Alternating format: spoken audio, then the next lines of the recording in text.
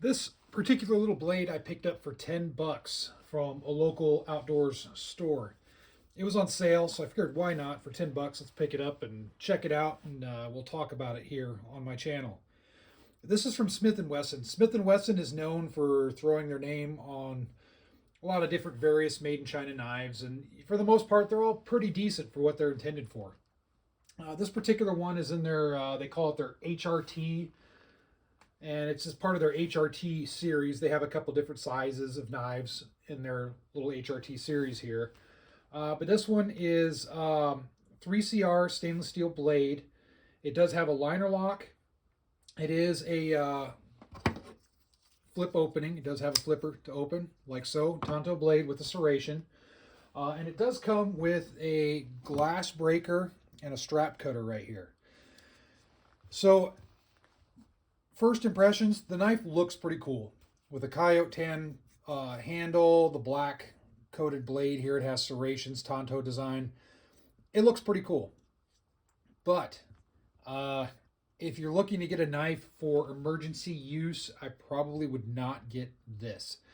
The main reason I say this because it's really small. So for an everyday carry knife for just basic tasks like opening letters and boxes, this will be perfect. Maybe cutting small cordage like 550 cord and stuff, yeah, this will work just fine. But if we're talking emergency use like cutting seat belts, popping windows and whatnot with your glass breaker, any more heavy cutting, I would suggest getting something a little bit more full size. And what I mean by that is something more, this is an example. This doesn't have a glass breaker or anything, but this is from the M&P lineup as well. This is actually what I carry with me at work. And this is more of a full size blade. This makes a lot more sense for emergency work than something small like this. And the only reason I'm saying that is because it seems like they kind of sell it that way. They're kind of pushing the strap cutter and the glass breaker and stuff in their marketing. So it'll work, but it's not the best.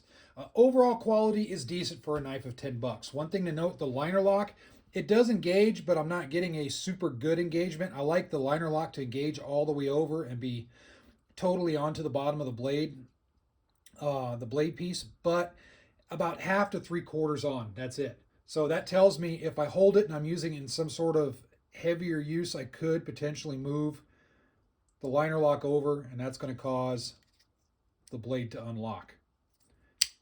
So, but it does engage. I haven't encountered a situation where it hasn't engaged. It does engage all the time, so that's not an issue, but it just doesn't engage as much as I'd like it to. Maybe I'm being a little bit nitpicky. I get that, but that's just me. The clip here, good quality clip. It's nice and solid, and it does have a provision so you can reverse the carry if you'd like, but you can't swap it over to the other side. It just has it right here. So that's kind of neat.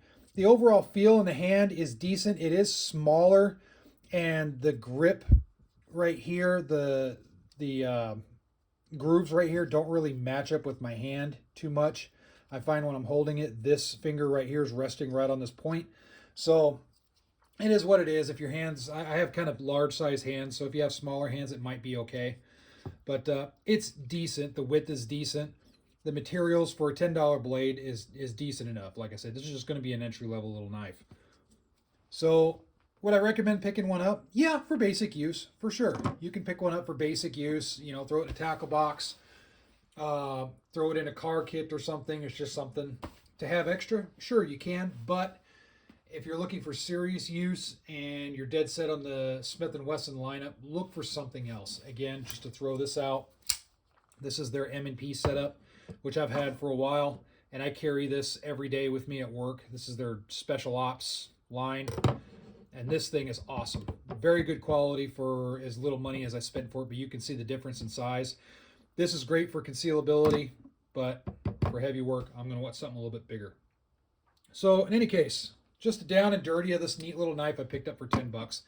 Feel free to post your thoughts as always. Show your support by liking, subscribing, you know, the whole big YouTube spiel. Anyway, thanks a lot for watching, and stay safe out there.